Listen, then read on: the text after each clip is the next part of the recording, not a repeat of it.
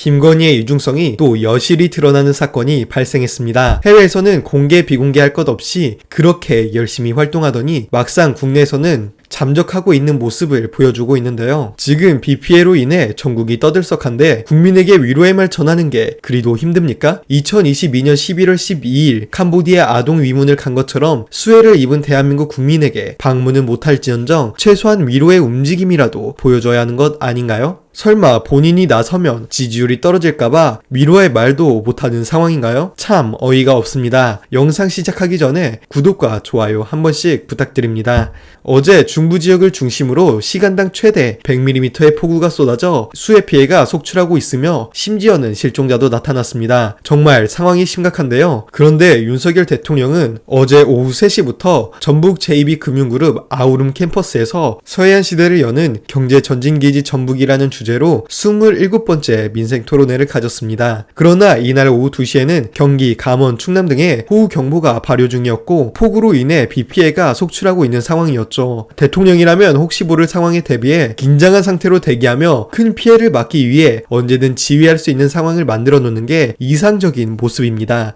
또 행안부는 이날 오전 중대본을 1단계에서 2단계로 격상했고 호우위기 경보 수준을 주의에서 경계로 상향했습니다. 또 경기도는 오전부터 재난안전대책본부 비상단계를 1단계에서 3단계로 격상했죠. 그만큼 많은 피해가 예상됐고 수많은 공무원들이 긴장하고 있는 상황이었죠. 실제로 산사태와 침수 위험 등으로 전국 8개 시도 36개 시군구에서 주민 900여 명이 대피했고 이 가운데 300여 명은 아직 귀가조차 하지 못했습니다. 윤석열도 이 상황을 모를 수 없는 상황이었을 거라 예측되는데 윤석열은 민생토론회 행사에 참여한 것이죠. 그런데 이 민생토론회에서도 윤석열은 비판을 피하지 못했습니다. 윤석열은 민생토론회를 열고 여러 사업을 진행할 것을 약속했습니다. 다만 김관영 전북도지사가 핵심 수건 사업에 전폭적인 지원을 요구했으나 윤 대통령은 답하지 않고 떠났죠. 결국 이에 맹탕 민생토론회라는 비판을 피하지 못하고 있는데요. 특히 더불어민주당 한병도 도당위원장은 윤석열의 민생토론회를 보며 안고 없는 찐빵이라며 비판했습니다. 한병도 위원장은 퇴강법 처리나 남원 국립의전원 설립 등 전북도민이 가장 고대하는 현안이 빠졌다며 모두 정부의 반대와 의지 부족으로 추진이 지지부진한 사업인데 이번에도 전향적인 입장 변화는 없었던 것이라고 말했습니다. 그러면서 조혁당 또한 윤석열의 민생토론회에 대한 논평을 내고 윤석열 대통령은 가짜 민생토론회를 중단하라고 크게 비판했습니다. 조혁당 전북도당은 윤 대통령이 총선을 앞두고